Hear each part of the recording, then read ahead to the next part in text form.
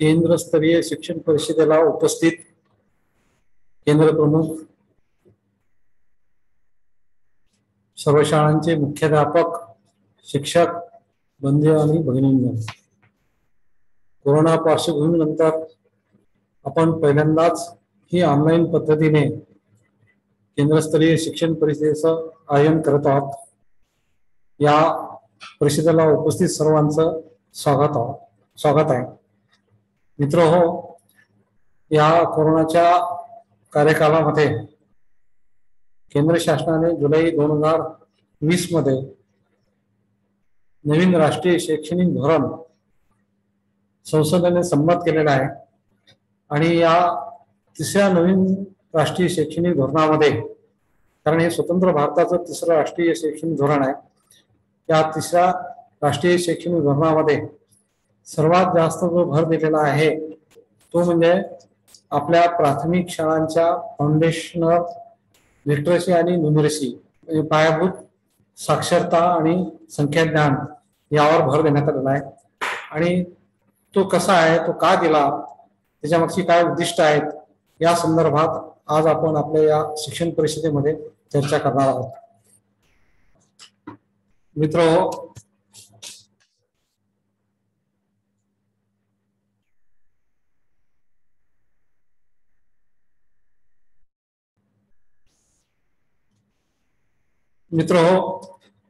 हे फाउंडेशन पायाभूत साक्षरता आणि संख्याज्ञान यामध्ये नवीन राष्ट्रीय शैक्षणिक धोरणामध्ये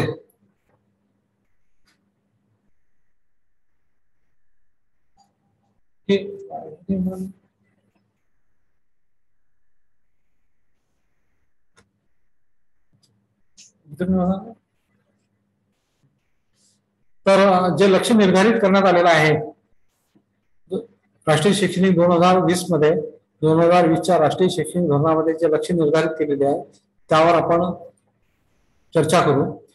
पहिलं जे लक्ष्य निर्धारित केलेलं आहे ते म्हणजे की हे एक मिशन मोडवर घेण्यात आलेलं आहे की पायाभूत साक्षरता आणि संख्याज्ञान या संदर्भात हे विद्यार्थ्यांमध्ये विकसित होण्यासाठी एक राष्ट्रीय स्तरावर मोहीम हाती घेण्यात आलेली आहे आणि त्याची सुरुवात करण्यात आली, ते लॉन्चिंग करण्यात आलेलं आहे। आता पायाभूत साक्षरता आणि संख्याज्ञान, पायाभूत साक्षरता आणि संख्याज्ञान यावर सगळ्यात जास्त याच्यामध्ये प्रायोरिटी देण्यात आली आहे। मूलभूत अध्ययनावर, मूलभूत अध्ययन म्हणजे की पुढच्या भावी जीवनासाठी, भावी शैक्षणिक जीवनासाठी जे मूलभूत कौशल्य आवश्यक आहेत त्याचं अध्ययन होणं या प्राथमिक शिक्षणामध्ये किंवा पूर्व प्राथमिक शिक्षणामध्ये होणं गरजेचं आहे। त्याला सगळ्यात जास्त प्रायोरिटी, प्रथम प्राधान्य देण्यात आलेलं आहे आणि या संपूर्ण देशामध्ये सर्व प्रकारच्या शाळांमध्ये ते साध्य झालं पाहिजे।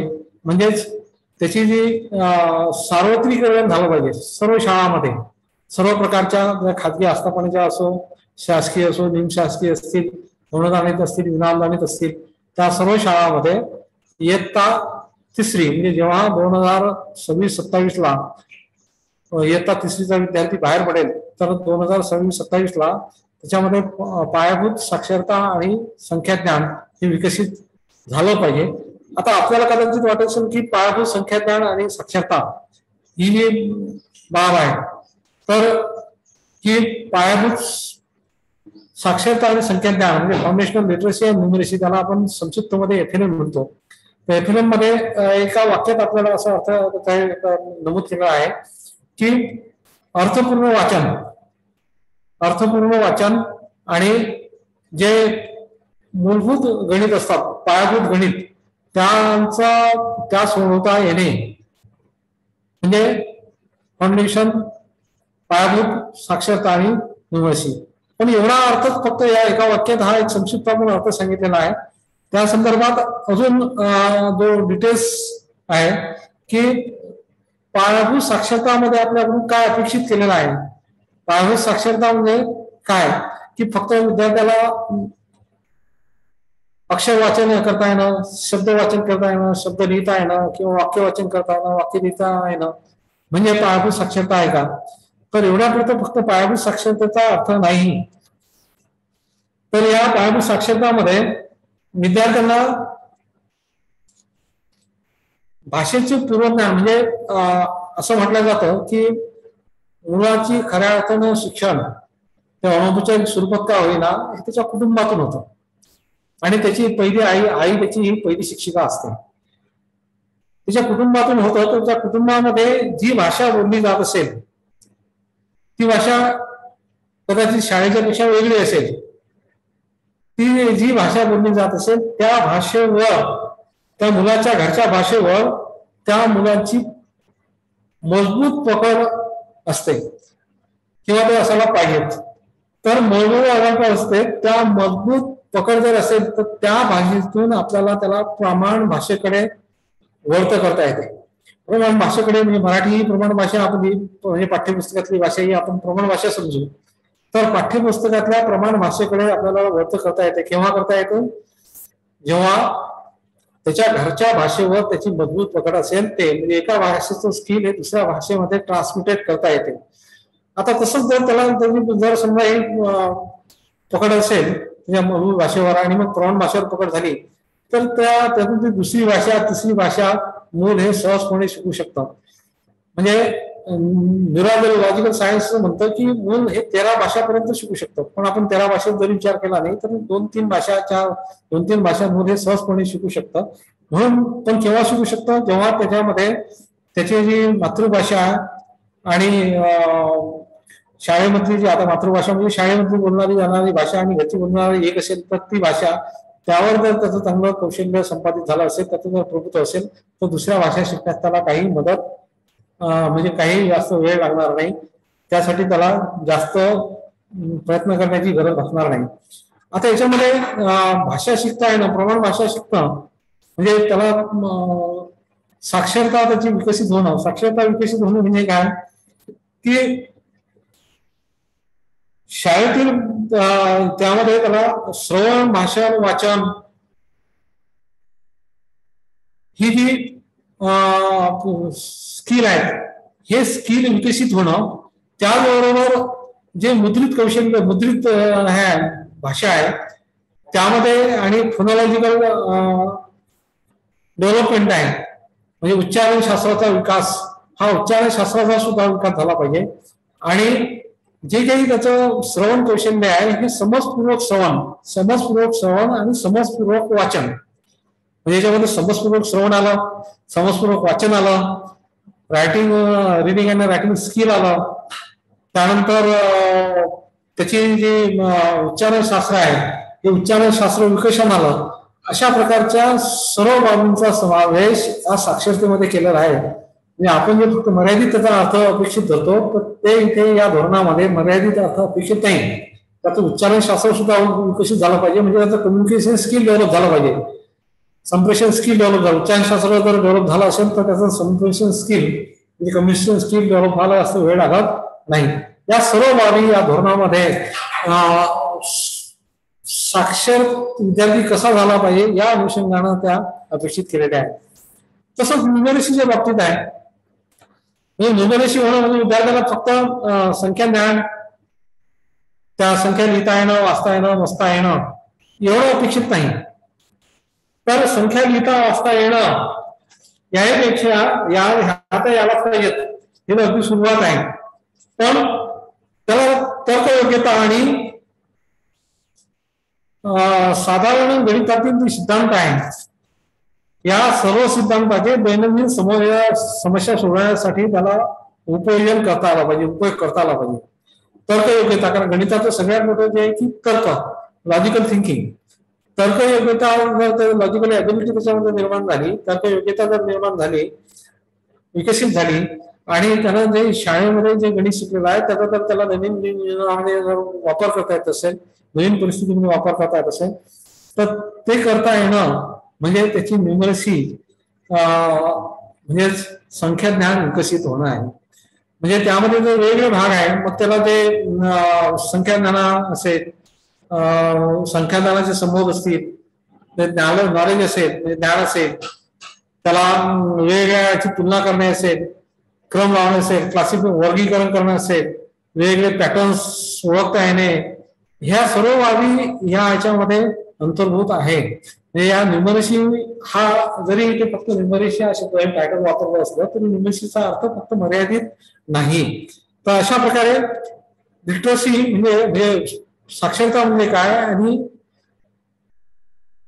संख्या ज्ञान म्हणजे काय, या दोन्ही याचा एक व्यापक अर्थ या FLN मिशन मध्ये अंतर्भूत केलेला आहे. आणि तशा प्रकारची विद्यार्थ्यांमध्ये क्षमता विकसित व्हावी, विद्यार्थ्याच्या अध्ययनातून निष्पत्ती व्हावी, हा इथे अपेक्षित केलेला आहे, या FLN मध्ये अपेक्षित केलेला आहे. आता या FLN ची आपल्याला गरज का वाचली, कदाचित आपल्याला मुद्दा हा उपस्थित झाला असेल की कदाचित आपल्याला असं वाटत असेल की माझ्या वर्गातल्या मुलांना तर हे येते, म्हणजे त्याला संख्या वाचता येते, संख्या लिहिता येते, आणि तरी सुद्धा पुन्हा अजून आपण त्याच्यावर येरे माझ्या मागल्या याप्रमाणे चालतो आहे. तर हे काय शासनाचं पुन्हा पुन्हा तेच ते आणि शासनाला काय गरज वाचली. तर मुळात असं आहे की जेव्हा आपण 2017-18ला नॅसचा सर्वे केलेला आहे, नॅशनल अचिव्हमेंट सर्वेक्षण जे केलेलं आहे NCERT, या NCERTचे सर्वेक्षणाचे आकडे आपल्या समोर आहेत. इथे आपल्याला असं दिसते की इयत्ता 3री मध्ये भाषेमध्ये फक्त विद्यार्थ्याचा ऍव्हरेज परफॉर्मन्स हा 67% आहे. म्हणजे 33% विद्यार्थी अजूनही भाषेमध्ये त्यांचा ऍव्हरेज परफॉर्मन्स नाही. मॅथमॅटिक्स मध्ये त्यापेक्षा कमी आहे, म्हणजे 63% आहे. म्हणजे 37% विद्यार्थी अजूनही ही त्यांच्यामध्ये न्यूमेरिकल स्किल डेव्हलप झालेली आहे, मॅथमॅटिकल स्किल डेव्हलप झालेला नाही. आता आपण FLN मध्ये फक्त 2च विषय घेतलेले आहेत आणि ते 3री पर्यंत घेतले आहेत, तरी सुद्धा मी 5वी साठीची इथं तुम्हाला दाखवतो आहे. तसं नॅस मध्ये इयत्ता 3री, 5वी, 8वी आणि 10वी असे 4 इयत्ता घेतलेल्या होत्या. पण 8वी आणि 10वीचं मुद्दाम दाखवलेलं नाही. ते असं की जसजसे इथे आता 5वी मध्ये जर पाहिलं तर भाषेमधली संपादन आपल्याला 58% दिसते आहे. म्हणजे 42% विद्यार्थ्यांना अजून पाचवीतली जी मिनिमम कॉम्पिटन्सी आहे किंवा लर्निंग आउटकम्स आहेत त्या विकसित झाल्या नाहीत. गणितामध्ये जर पाहिलं तर त्यापेक्षा अजून असं दिसतं आपल्याला की 27% विद्यार्थी मध्ये अजूनही गणिताचे जी मूलभूत कौशल्य आहे ती विकसित झाले नाही.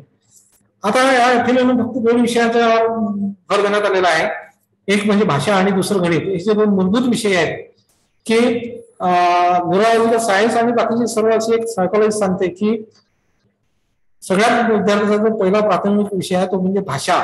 जोपर्यंत त्याच्या भाषे विषयामध्ये त्याची प्रगती होत नाही तोपर्यंत तो इतर विषयामध्ये प्रगती करू शकत नाही. कारण गणिताची प्रगती होण्यास सुद्धा भाषेचा उपयोग आहे. आपण जे नेहमी चर्चा करतो किंवा आपल्याला नेहमी सांगितलं जाते की विद्यार्थ्यांना शाब्दिक उदाहरणं कठीण जातात किंवा शाब्दिक उदाहरणं सोडवण्यामध्ये समस्या निर्माण होतात. तर त्याच्यामागे जो लिंग्विस्टिक कॉन्सेप्ट हाच महत्वाचा भाग आहे. आणि जसजशी आपली इयत्ता वाढत जाते तसं अमूर्त पातळीवर आपल्या वाढत जाते. आणि त्यामुळे ते तुम्हाला दिसेल की 3री पेक्षा 5वी मध्ये ऍव्हरेज परफॉर्मन्स कमी आहे. तुम्ही 8वी आणि 10वीचं जर पाहिलं असतं तर तो असं कमी कमी होत गेला दिसते. म्हणजे जसजशी इयत्ता वाढत जाते तसतशी त्याची जो परफॉर्मन्स आहे त्याची प्रगती आहे ही कमी कमी होत जाताना दिसते. आता हे का होते तर याचं सगळ्यात मोठं कारण आहे की आपलं फाउंडेशन मजबूत नाही. फाउंडेशन म्हणजे इयत्ता 3री पर्यंत ज्या लर्निंग लेवल्स पाहिजेत तर अतिशय लर्निंग लेवल्स मध्ये जी अध्ययनाची पातळी आहे अतिशय कमी आहे, लो आहे ती. की 5वीच्या विद्यार्थ्यांना दुसरीचा आशय किंवा दुसरीचा जो घटक आहे ते त्या घटकाचा जो आशय आहे त्याचं समजपूर्वक वाचन करणं जमत नाही.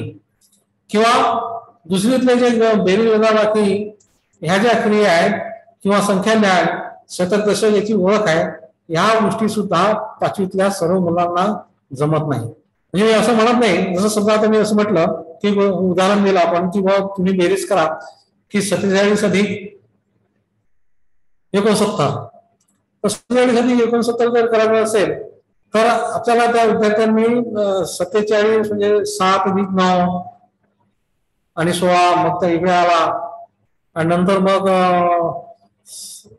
आपलं 9 अधिक 7 16, 16 ला 1 आणि नंतर अशा प्रकारचे जर मेकॅनिकल प्रोसेस करत असेल तर त्याला अपेक्षित नाही. 79 आहे आपलं 69 आहे तर 69 मध्ये 47 मधला 1 कमी केला तो मिळवला तर 70 झाले, 70 आणि 46 म्हणजे 116. तर अशा प्रकारची सहज त्याला बेरीज करता येणं म्हणजे हे त्या याच्यावर त्यांना कौशल्य म्हणजे मास्टरी मिळवली किंवा मास्टरी मिळवत आहे हे त्याचं आपल्याला साध्य होते.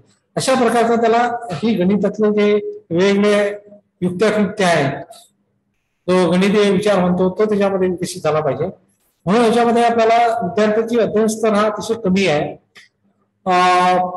याच्यामधलं सर्वात महत्वाचं कारण आहे की लँग्वेज आणि भाषा आणि गणितचं जे स्किल जे कौशल्य आहे ते अप्रोप्रिएट नाही, योग्य पद्धतीचं नाही आहे, योग्य दर्जाचं नाही, ते विकसित झालेलं नाही. आणि त्यामुळे ही परिस्थिती जेव्हा धोरणकर्त्यांच्या समोर आली आणि धोरणकर्त्यांच्या समोर ही परिस्थिती आली यानंतर जर आला पण की 1/3 पेक्षा जास्त विद्यार्थी आज गुणवत्तापूर्ण शिक्षणापासून वंचित आहे किंवा त्यांना गुणवत्तापूर्ण शिक्षण होत नाही आणि ही काही आपल्या देशासाठी फारशी समाधानकारक बाब नाही. आणि म्हणून या धोरणामध्ये पायाभूत साक्षरता आणि संख्याज्ञान या बाबीवर सर्वात जास्त भर देण्यात आला आहे, सर्वात जास्त प्रायोरिटी देण्यात आली आहे.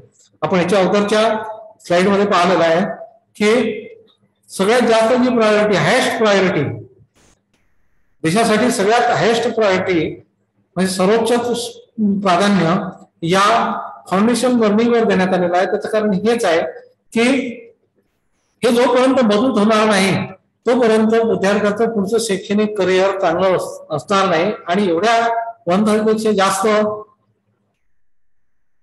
नागरिक किंवा जनता किंवा मुलं ही अशा प्रकारच्या शिक्षणापासून वंचित राहणं किंवा जे शिकत आहेत पुढे जातात, आता 10वी पर्यंत मुलं गेलेली आहेत, ते कशी गेली आहेत याचं सर्वांना आपल्या सर्वांना अधिक चांगल्या, माझ्यापेक्षा अधिक चांगल्या प्रकारे माहिती आहे. म्हणून त्या संदर्भात मी ते जास्त वापर करत नाही. तर अशा प्रकारचं होणं ही देशासाठी एक प्रकारचं मनुष्यबळाचं चांगल्या पद्धतीने विकसन न होणे आहे. म्हणून याला सर्वात जास्त प्राधान्य देऊन हा भाग या याच्यामध्ये नवीन शैक्षणिक धोरणामध्ये इन्क्लूड करण्यात आला आणि त्यानुसार एक मिशन मोडवर याची अंमलबजावणी करण्याचं ठरवण्यात आलेलं आहे. आता हे जे मिशन मोडवर ठरवण्यात आलेलं आहे तर हे जे विद्यार्थ्याच्या अध्ययनातले अडथळे आहेत, मग या मिशनसाठी काय काय करायचं तर सगळ्यात मोठे म्हणजे विद्यार्थ्याच्या अध्ययनातले अडथळे, ते अडथळे दूर कसे साधता येतील या संदर्भात विचार करण्यात आला आणि काही सूचना करण्यात आला. की त्या सूचना अशा करण्यात आल्या की मध्ये मी बोलल्याप्रमाणे की सगळ्यात focus on foundational literacy and numeracy म्हणजे हायेस्ट फोकस हे पायाभूत संख्याज्ञान आणि साक्षरता यावर करण्यात आलेली आहे. ते कुठपासून करण्यात आलेली आहे म्हणजे आज आपण आपल्या समोर येता म्हणजे वय वर्ष 7 वर्ष झालेला मुलगा आपल्या शाळेमध्ये येतो. त्यापूर्वी तो अंगणवाडीमध्ये शिकवला असते, तर त्याचं अंगणवाडीमध्ये जे शिक्षण झालं असेल अनौपचारिक स्वरूपात ते उत्कृष्ट झालं किंवा नाही या संदर्भात आपल्याला जास्त अधिक चांगलं माहित आहे किंवा ते अधिक योग्य प्रकारे झालं हे जास्त आपली शक्यता आहे. म्हणून त्या प्रिपेरेटरी एज पासून, प्रिपेरेटरी एज म्हणजे फ्रॉम 3 to 6 की 3 वर्षापासून तर 6 वर्षापर्यंत म्हणजे प्री प्रायमरी एज्युकेशन, तर याच्यामध्ये या धोरणामध्ये प्री प्रायमरी एज्युकेशन भरण्यात देण्यात आलेलं आहे. तिथून याची सुरुवात करण्यात आलेली आहे. म्हणजे येत्या पहिलीला जेव्हा पहिलीमध्ये विद्यार्थी तो 6 वर्ष पूर्ण झालेला असतो आता त्याच्याप्रमाणे, तर 6 वर्ष पूर्ण झालेल्यापासून त्याची सुरुवात न करण्याच्या ऐवजी आपण 3 वर्षापासून सुरुवात करत आहे आणि 5 वर्ष पूर्ण झाल्यानंतर 5 ते 6 वर्ष म्हणजे हा जो 1 वर्षाचा पिरियड आहे हा पिरियड प्रिपरेटरी म्हणजे बालवाटिका म्हणून त्याला संबोधण्यात आलेला आहे. आणि त्यामध्ये या फाउंडेशनल लिटरसी आणि न्यूमरेसीवर सगळ्यात जास्त भर देण्यात आलेला आहे, त्या अभ्यासक्रमामध्ये भर देण्यात आलेला आहे. आणि तिथून पुढे 1ली ते 3रीचे वर्ग जे आहेत, 1ली ते 3रीचे ज्या इयत्ता आहेत या इयत्तांच्या अभ्यासक्रमामध्ये या सर्व बाबींचा भर देण्यात आलेला आहे. आणि ते म्हणजे कशा संदर्भात भर देण्यात आलेला आहे की साधारणतः रिडिंग, रायटिंग, स्पीकिंग म्हणजे जे भाषाविषयक कौशल्य आहे, वाचन, लेखन आणि संभाषण, वाचन, लेखन यावर भर देण्यात आलेला आहे. आणि संख्याज्ञान आणि मॅथमॅटिकल थिंकिंग, मग जे आपण बोललो की लॉजिकल अँड रिझनिंग थिंकिंग हा मॅथमॅटिकल थिंकिंगचा भाग आहे. म्हणजे गणितीय दृष्ट्या विचार करणे मी असं का करतो, मी असं का करायला पाहिजे, हे का करावे. जसं मी तुम्हाला माझं उत्तर दिलं की मग एक आपण प्रश्न पाहिला की 47+69, तर त्या संदर्भात त्यांनी जे एकदम म्हणजे एका मेकॅनिकल प्रोसेसनं उत्तर काढणं आणि मेकॅनिकल प्रोसेसनं उत्तर काढल्यानंतर त्याला आपण योग्य करेक्ट देणं हे ठीक आहे परीक्षेसाठी, ते आपण करत असाल, पण त्या अपेक्षित नाही. तर त्याला लगेच इकडचं हे करताना आपल्याला 116 उत्तर कसं येईल यासाठी वेगवेगळ्या पद्धती आपण सध्याच्या सर्व इयत्तामध्ये असं म्हटलं की जी पद्धत पाठ्यपुस्तकात असेल किंवा शिक्षकांनी वर्गात दिले अनुभव दिले असेल त्या पद्धती संदर्भात तीच शिकवलेली असेल, त्याच पद्धतीने विद्यार्थ्यांनी उदाहरण सोडवलं पाहिजे असं बंधन नाही. त्यांनी कोणती जरी पद्धतीने उदाहरण सोडवलं तरी चालते, पण त्याची जी पद्धत आहे ते लॉजिकली करेक्ट असली पाहिजे, ती मॅथमॅटिकली करेक्ट असली पाहिजे. ते जर मॅथमॅटिकली करेक्ट असेल तर तो विद्यार्थी वेगवेगळ्या मॅथमॅटिकल थिंकिंगने विचार करतो आणि ते असणं सध्या आपल्याला अपेक्षित आहे. की शिक्षकांनी असं म्हटलं, जसं शिक्षक पारंपरिक पद्धतीने त्रिकोण काढायचं वेगळ्या याच्यातला त्रिकोण काढतात, तर सर्व शिक्षकांचं जवळपास ते दिसते. तो असे त्याला असं वेगळं काही म्हणजे तो त्रिकोण हा असा असू शकतो तसा असू शकतो या वेगवेगळ्या दृष्टीने ते विचार करत नाही. किंवा गणित मध्ये आपण असं विपवलेलं आहे की गणित म्हटलं म्हणजे त्याचं एक फिक्स उत्तर असतं, एक निश्चित असं उत्तर असतं. असं काही नाही, एकांताचे अनेक उत्तर सुद्धा असू शकतात, मल्टी सोल्युशन सुद्धा असू शकतात. तर तो सुद्धा विचार आपल्याला या याच्यामध्ये विद्यार्थ्यांमध्ये रुजवता आला पाहिजे. तो मॅथमॅटिकल थिंकिंग या विद्यार्थ्यांमध्ये रुजवणं गरजेचं आहे. या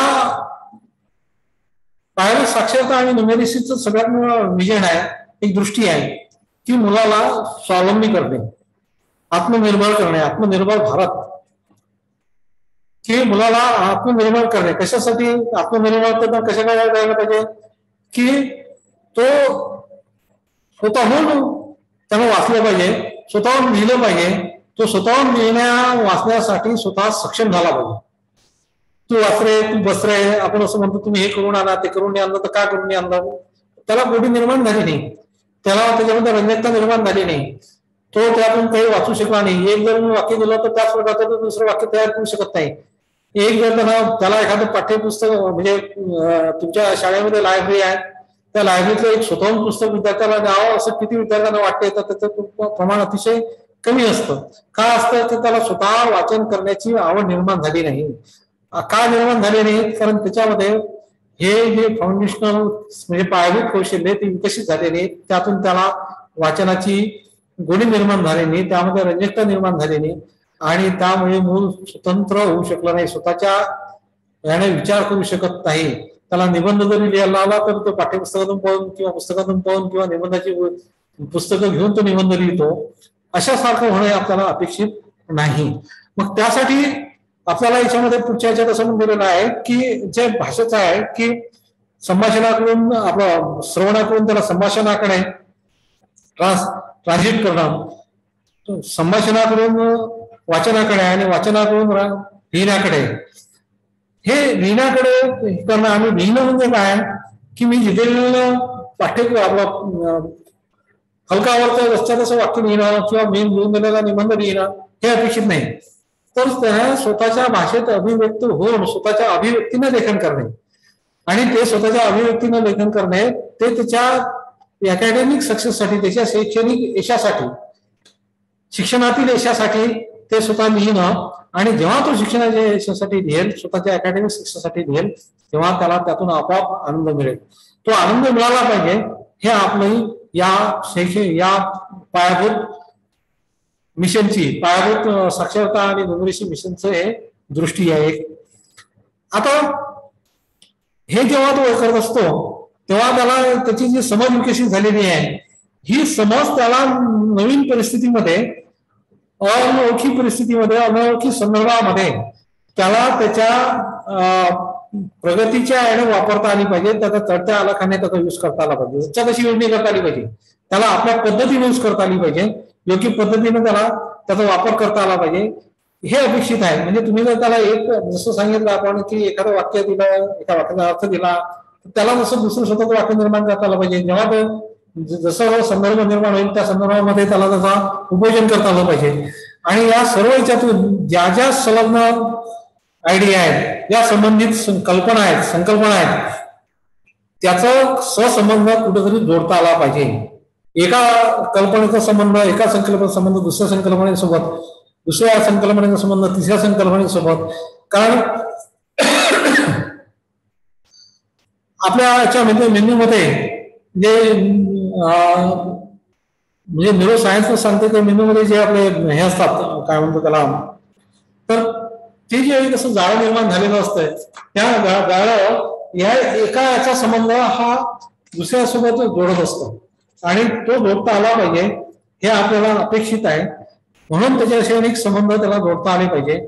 आणि हे जोडल्यानंतर काय करायला पाहिजे की गणिताच्या बाबतीत जे जे त्याला आकलन झालं, जे जे त्याची समज विकसित झालेली आहे संख्याबद्दलची, त्याच्या गणितीय संबोधाच्या ज्ञानाची जे समज विकसित झालेली आहे, त्या समज विकसनावर त्याला स्वतःच्या पद्धतीनं त्याला डेमॉन्स्ट्रेट करता आलं पाहिजे, प्रयोग करता आला पाहिजे, त्याचं प्रात्यक्षिक करता आलं पाहिजे, त्याचं प्रत्यक्ष प्रॅक्टिकलमध्ये रूपांतर करता आलं पाहिजे.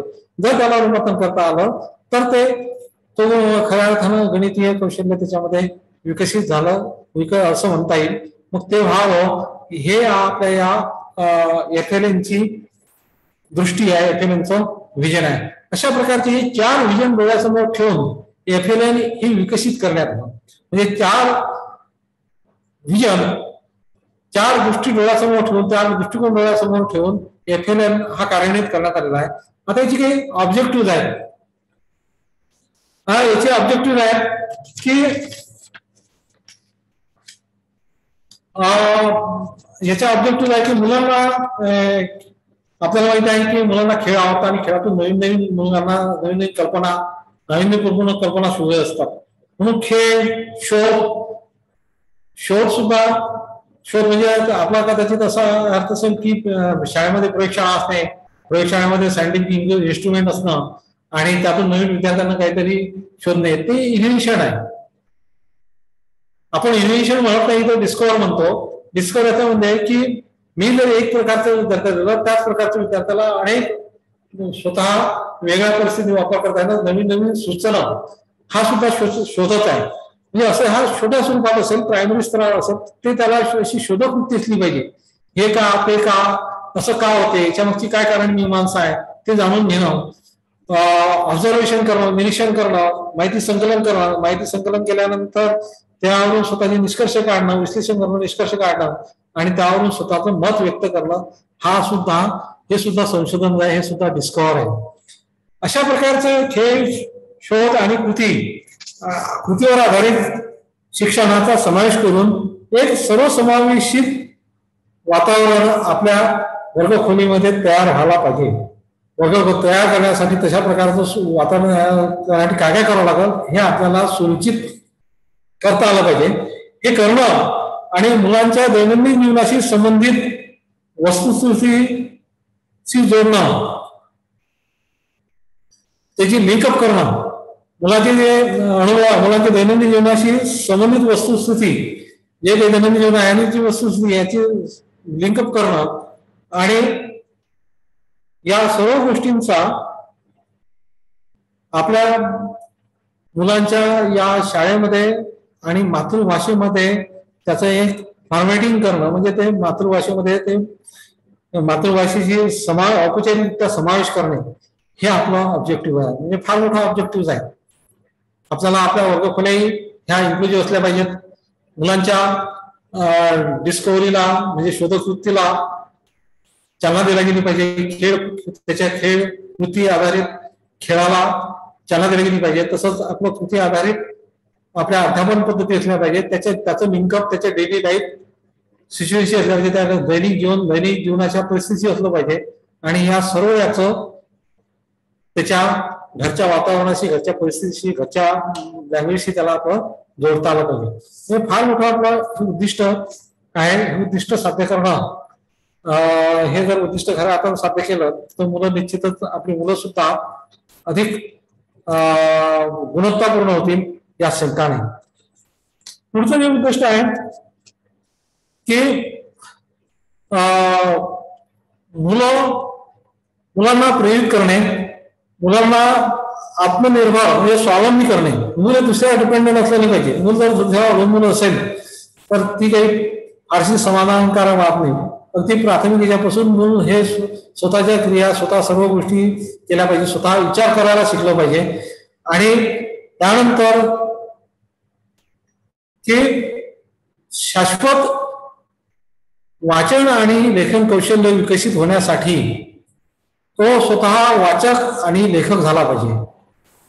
समजपूर्वक वाचन आणि लेखनामध्ये तो स्वतः घडून गेला पाहिजे, गुंतला पाहिजे. आणि हे गुंतत की नाही, स्वतः लेखन करतो की नाही, वाचतो की नाही, याची खात्री आपल्याला करता आली पाहिजे. हे या मिशनचं उद्दिष्ट आहे. म्हणजे आजच्या जे उद्दिष्ट पाहिले आपण, तर ही उद्दिष्ट अतिशय व्यापक स्वरूपाची उद्दिष्ट आहे. जरी आपल्याला म्हणजे फारसे कठीण नाहीत, पण अंमलबजावणी करताना आपल्याला सर्वसमावेशक विचार करावा लागेल. त्यानंतर तिसरं जे दिलेलं आहे की गणिताच्या संदर्भात आहे. मुलांचे संख्या वापर, संख्या ज्ञान, मापन आणि आकारासंबंधीचे तर्क या समस्या सोडवण्याकरता योग्यता निर्माण करणे, योग्यता विकसित करणे. हे आकाशासंबंध म्हणजे आकाशात वर विमान उडतो, विमानाच्या वर ढग आहेत, ह्या सर्व गोष्टीची जर त्याला तर्क आहे, हा तर विमान उडतं तर कसं उडतं, तर ह्या सर्व आपल्या तर्काशी लॉजिकशी संबंधित बाबी आहेत. तर त्याची योग्यता त्यामध्ये निर्माण करता येणं. आणि लॉजिक हा म्हणजे फक्त लॉजिक म्हणजे फार मोठा पुढच्या 10वी नंतरचा विषय अशा नाही, ते सुरुवातीपासून असतं, पहिल्या वर्गापासून असतं. हे असं झालं तर असं होते, तसं झालं तर तसं होत नाही. म्हणजे ह्या ज्या सर्व आपल्या दैनंदिन जीवनाशी तर्काचा वापर, रिझनिंगचा वापर आपल्याला छोट्याशा गोष्टीतून करता शिकलं पाहिजे. आणि त्यांच्यामध्ये संख्या ज्ञान आणि स्थानिक समज कौशल्याच्या माध्यमातून समस्या सोडवण्याकरता आत्मनिर्भर होण्यासाठी सक्षम बनवता आलं पाहिजे. ज्या ज्या समस्या आहेत, म्हणजे जे गणिताचे संख्या ज्ञान असेल किंवा स्थानिक ज्याला जी समज विकसित झाली असेल, त्या समज विकसित होण्याच्या कौशल्यातून त्याला स्थानिक समस्या सोडवण्यासाठी तो स्वतःला दुसऱ्यावर अवलंबून असला पाहिजे, स्वावलंबी झाला पाहिजे. अशा प्रकारचं आपलं उद्दिष्ट याच्यामध्ये अपेक्षित केलेलं आहे. मुलाला ओळखीची, घरची आणि मातृभाषेमध्ये उच्च गुणवत्ता आणि त्या याच्यामध्ये त्या ओळखीच्या भाषेमध्ये त्याला उच्च गुणवत्तापूर्ण शिक्षण आणि त्याच्या जी सांस्कृतिक मूल्य आहेत, सांस्कृतिक एकंदरीत त्याचं जे कल्चर आहे, त्या कल्चरमध्ये अधिकाधिक त्याच कल्चरला अनुसरून त्याला तशा प्रकारचे अनुभव देण्यासाठी योग्य प्रकारची सामग्री हे उपलब्ध असली पाहिजे. आणि त्याची म्हणजे योग्य प्रकारची सामग्री आपल्या शाळेमध्ये उपलब्ध झाली पाहिजे. आणि त्यासाठी त्याची प्रभावी आणि परिणामकारक अंमलबजावणी आपल्या शाळेमध्ये झाली पाहिजे. नुसतं साहित्य असून भागत नाही. आणि साहित्य निर्माण करणं हे सर्व शिक्षकाच्या संकल्पनेवर आधारित आहे.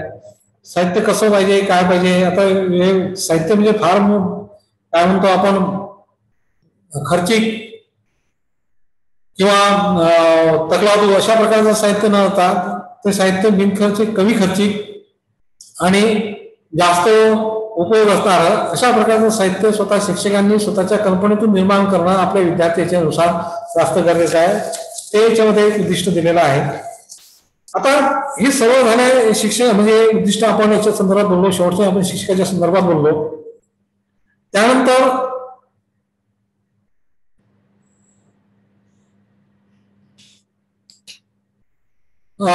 याच्यामध्ये जे आपले याच्यातले जे वेगवेगळे घटक आहेत,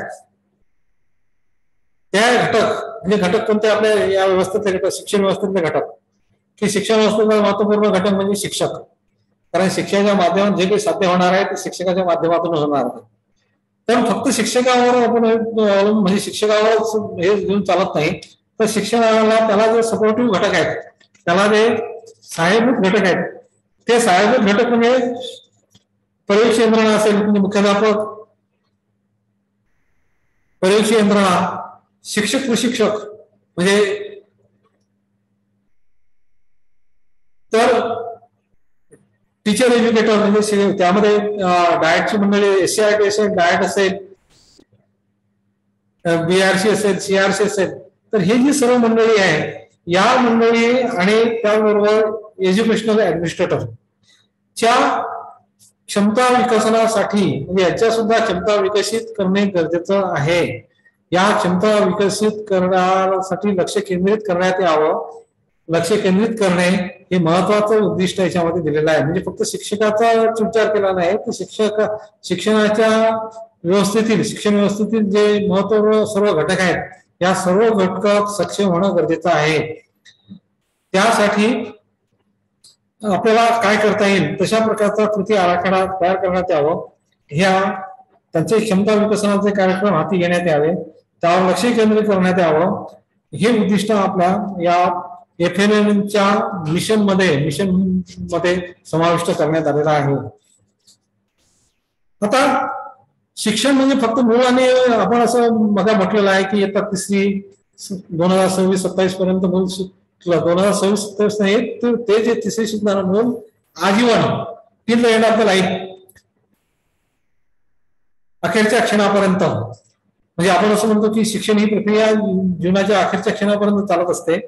तर त्या याच्यापर्यंत म्हणजे पुढच्या जीवनासाठी त्याची एक मजबूत पाया रोवणे हे आपल्याला गरजेचं आहे. आणि ती मजबूत पाया बनवण्याकरता सर्व सहभागी घटक म्हणजे मला जे बोलले ते त्याच्या व्यतिरिक्त जे दुसरे आहेत की शिक्षक आहेतच, पण शिक्षकाच्या संदर्भात बाकीचे आई वडील असतील, म्हणजे जे पॅरेंट्स असतील, विद्यार्थी आणि समाज आणि धोरण निर्माते,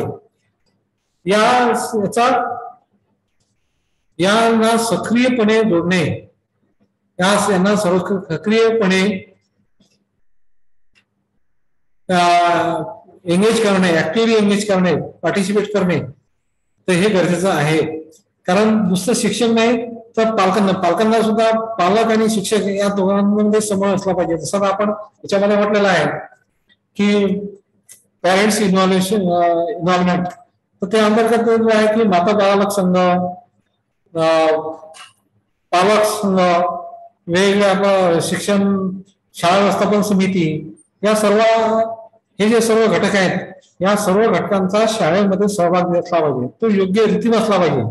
नाहीतर काय होतंय की शाळेत शिक्षक एका पद्धतीने शिकवतात किंवा एक शिकवतात, घरी आई वडील दुसरं शिकवतात, त्यामुळे मुलांची तिथे एक कुटुंबना निर्माण होते, एक संभ्रमावस्था निर्माण होते.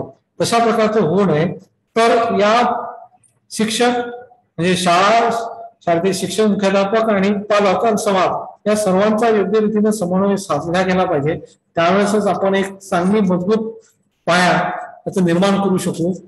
पाया फक्त निर्माण करणे हे फक्त शिक्षकाच्या हातामध्ये असलं तरी या सर्व घटकांचा समन्वय साधून पुढे जाणे हे शाळा मुख्याध्यापक आणि पालकांचं सुद्धा तेवढं कर्तव्य आहे.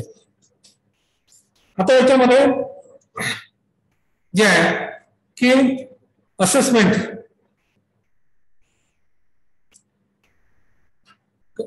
म्हणजे आहे की च्यासाठी आणि च्या करता मूल्यांकन सुनिश्चित करणे. च्यासाठी कोणासाठी? मुलाकरता. च्या करता कशाकरता? की त्याचे अध्ययन निष्पत्ती होण्याकरता, त्याच्या क्षमता विकसनाकरता. जे मूल्यांकन सुनिश्चित करणे. आता मूल्यांकन सुनिश्चित करणे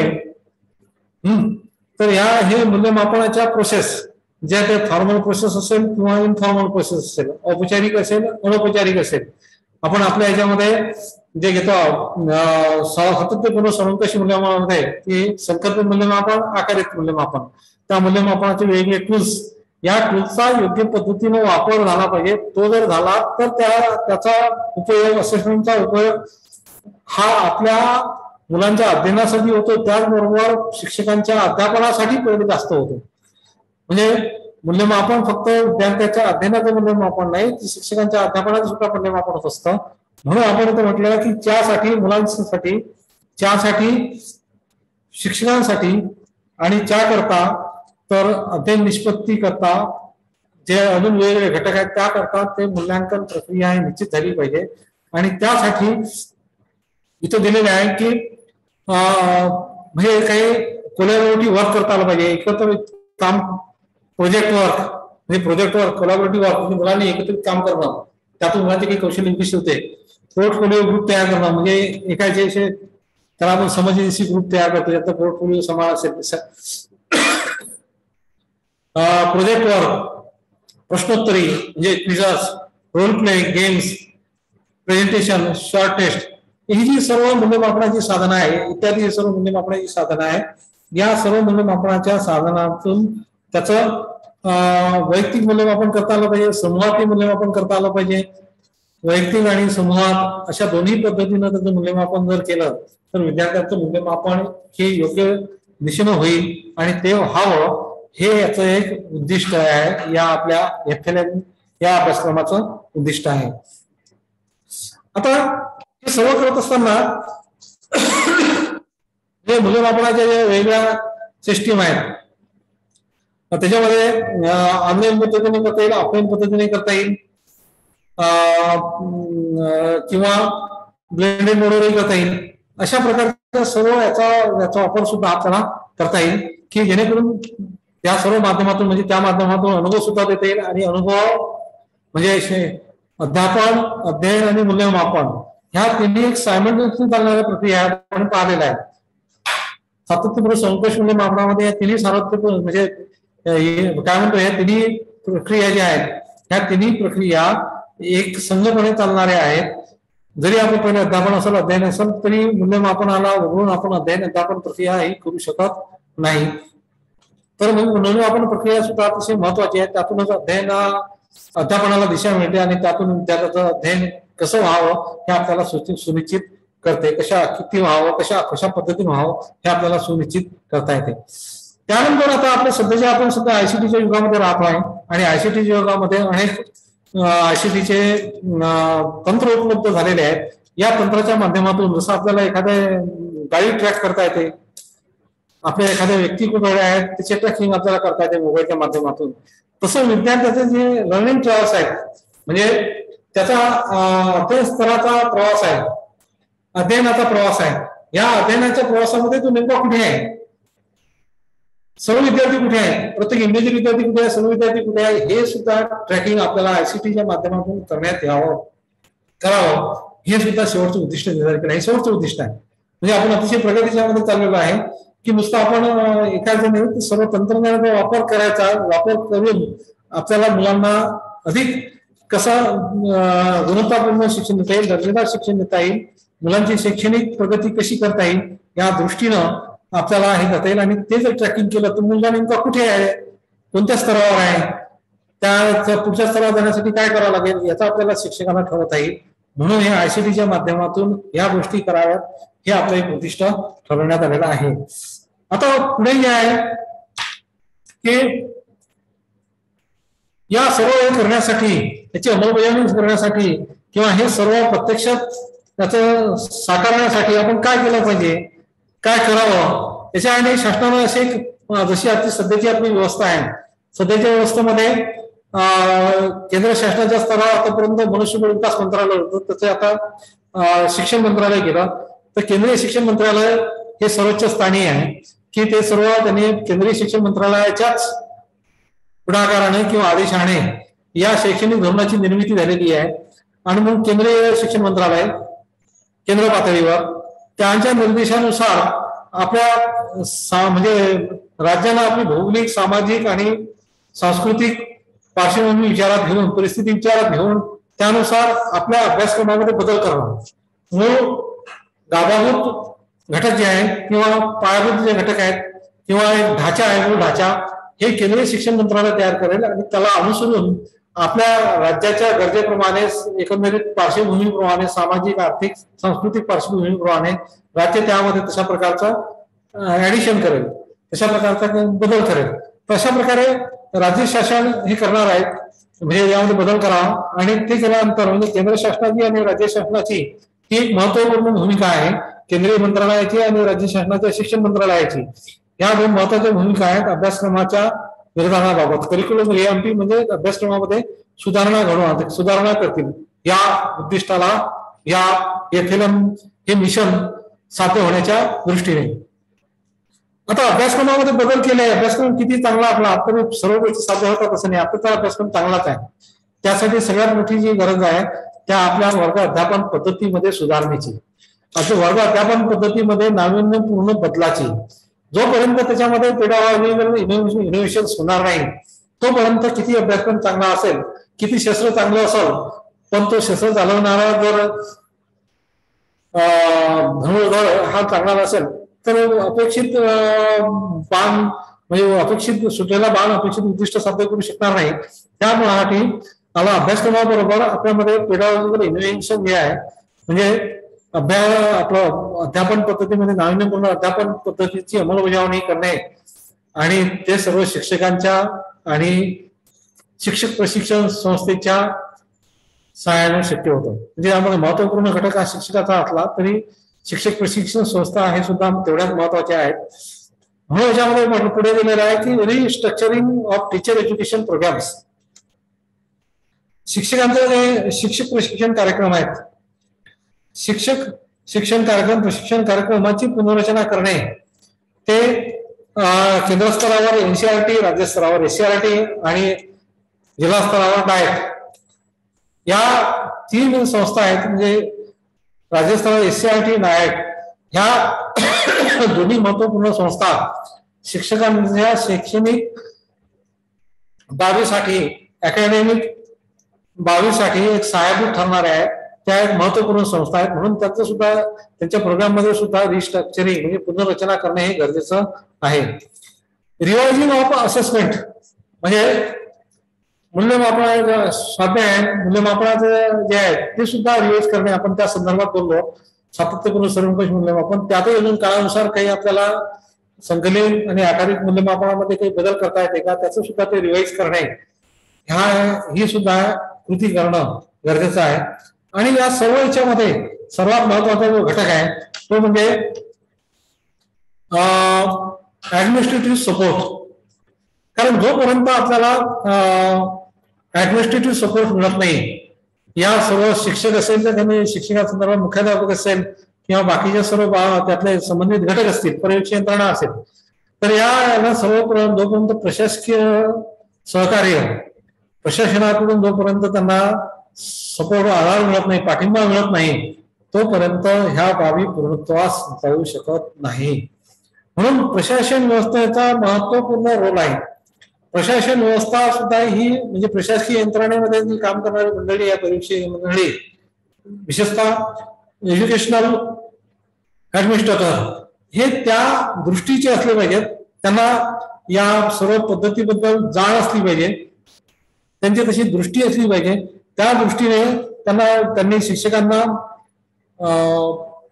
पाठिंबा दिला पाहिजे, पाठपुरावा केला पाहिजे, त्यांच्या अडचणींचं निराकरण केला पाहिजे आणि शिक्षक नावमोद होणार नाही, तो अधिक कसा पुढे जाईल, त्याचं खच्चीकरण होणार नाही, त्याचं मानसिक धैर्य कसं देता येईल या दृष्टीने ऍडमिनिस्ट्रेटिव्ह मध्ये काम करणारी जी मंडळी आहे, प्रशासनामध्ये जी काम करणारी मंडळी आहे, त्यांचा सपोर्ट हा आवश्यक आहे. या सर्व जर सपोर्ट असेल तर आपल्याला फाउंडेशन लिटरसी म्हणजे पायाभूत साक्षरता आणि संख्याज्ञान याचं सार्वत्रिकरण करायला काही अडचण जाणार नाही. आणि ती करण्याचं या केंद्र शासनाने आणि राज्य शासनाने काय म्हणतो आपण त्याला पूर्ण निर्धार केलेला आहे. आणि त्यासाठी आपल्या सर्वांचा सुद्धा मनाचा निर्धार आवश्यक आहे. कारण आपण जोपर्यंत आपला माइंडसेट बदलत नाही, आपल्या याच्यामध्ये तशा प्रकारचा आपण बदल करण्याची आपली स्वतःची मानसिक तयारी दर्शवत नाही किंवा मनामध्ये तशा प्रकारचा निर्धार करत नाही, तोपर्यंत ह्या गोष्टी शक्य होत नाही. शेवटी ते पाणी जर झिरपत आलं, ते जर आपल्या ह्याच्यापर्यंत काहीच पुढे जर झिरपलं नाही किंवा काही झालं नाही तर त्या बाकीच्या गोष्टीला काही अर्थ राहत नाही. म्हणून सगळ्यात महत्वपूर्ण जो मेडिएटर आहे तो शिक्षक आहे आणि त्याला सहाय्यभूत असणारी सर्व जी यंत्रणा त्या यंत्रणेत काम करणारी मंडळी ही ते सर्व सहाय्यभूत आहेत.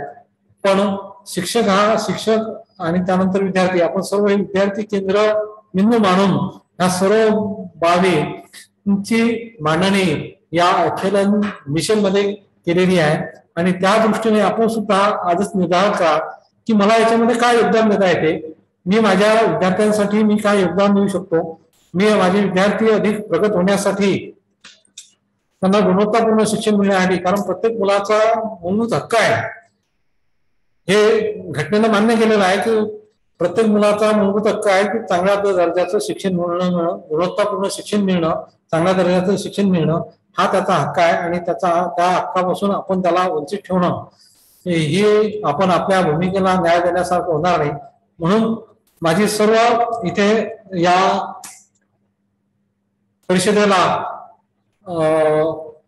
सहभागी झालेले सर्व मुख्याध्यापक असतील, शिक्षक असतील, केंद्रप्रमुख असतील आणि इतर आमचे विशेष साधन व्यक्ती असतील, जी मंडळी याला परिषदेला शिक्षण केंद्रस्तरीय शिक्षण परिषदेला उपस्थित असतील त्यांनी या बाबीचा आपल्या भूमिकेचा अधिक विचार करावा, या अध्ययन बाबत अधिक चांगल्या रीतीनं वाचन करावं आणि मला काय करता येते सध्या तर मला कोणी सांगितलं म्हणजे मी केलं पाहिजे असं सांगता न राहता मला स्वतः इनिशिएटिव्ह घेऊन या बाबतीत मला माझं काय योगदान देता येईल त्याबाबत नक्की विचार करावा आणि त्याची अंमलबजावणी आपल्या शाळेमध्ये करावी. ती कशी करता येईल, ऑफलाईन करता येईल, ऑनलाईन करता येईल, कारण सध्या आता आपल्या शाळा ऑनलाईन पद्धतीने सुरू आहेत तर त्याच्यामध्ये आम्हाला कसं त्याचा उपयोग करता येईल या दृष्टीने नक्कीच विचार करावा.